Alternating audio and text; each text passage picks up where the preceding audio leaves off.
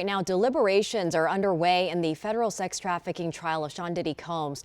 Jurors have already reached a verdict on 4 out of the 5 charges against him, and they remain undecided on the most serious charge of racketeering, and they could come to a conclusion at any moment. We are, we are in day 3 at this point, and all new this hour, TV host, pop culture expert, and journalist Jasmine Simpkins joining us now with exclusive insight on this trial. Jasmine, good morning. It's good to see you. I know you've been Good morning. I know you've been really busy dissecting the trial day to day. You've also been inside that Manhattan courtroom, even interviewed Cassie just one day after the alleged hotel assault. Of course, that video being released to the public. What stood out to you most during the testimony, especially given your personal interaction with her at the time? I think what I keyed on was when she actually told the story. The prosecution had her detailed that day. They showed the video again to the jurors, and then also had her really take us step by step. And to know that she had been going through this freak off for hours, that it had started the day before and went into the next morning, and that she had asked him really, that she didn't really want to do it at all, but kind of was acquiescing a little because she knew this is something that he always wanted to do. And so she was trying to be amenable. But to know that this is what she had been going through, and I had just talked to her the day before for the press junket. And then, maybe 36 hours later, she was on the red carpet talking to press after being assaulted by him and drugged down a hallway. That really broke my heart. And you could see that the jurors were also touched by this story. I think this was really one of the moments where we saw her get a little bit more emotional, talking about her experiences.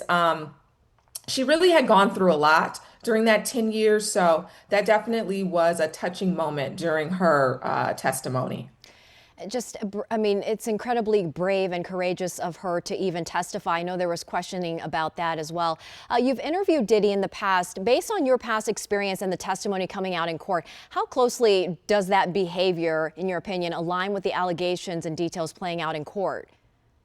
I really think that Diddy did a good job, if I could say that, in living this double life. If you saw him on red carpets or you interviewed him, listened to his music, this was a guy that was very, he was all about having a good time, having a party, but then also wanted to coin this phrase, Black excellence, was very positive, motivational. You got that, especially in the later years of his life when he was going by the moniker Love.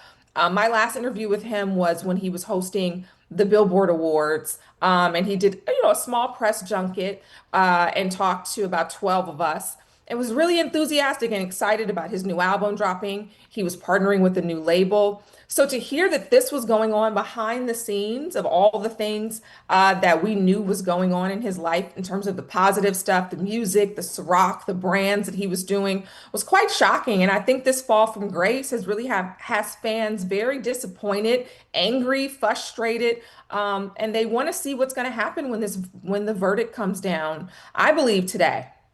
A high-profile case. I was going to ask you if you thought that we could hear before the 4th of July, but again, that top charge, racketeering conspiracy, is what the jury is deadlocked on. The fate is still up in the air. Thanks so much, Jasmine, for your time. Thank you.